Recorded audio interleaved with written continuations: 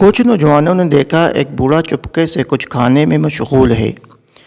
ایک نوجوان نے نزدیک جا کر پوچھا، چچا جان، کیا آپ نے روزہ نہیں رکھا؟ بوڑھے نے جواب دیا، کیوں نہیں، میں نے روزہ رکھا ہوا ہے، صرف پانی پیتا ہوں اور کھانا کھاتا ہوں۔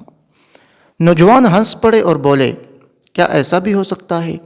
بوڑھے نے کہا، ہاں، میں جھوٹ نہیں بولتا، کسی پر بری نگاہ نہیں ڈالتا، کسی کو گالی نہیں دیتا، کسی کا دل نہیں دکھاتا، کسی سے حسد نہیں کرتا، مال حرام نہیں کھاتا اور اپنی ذمہ داریاں اور فرائض دیانتداری سے انجام دیتا ہوں۔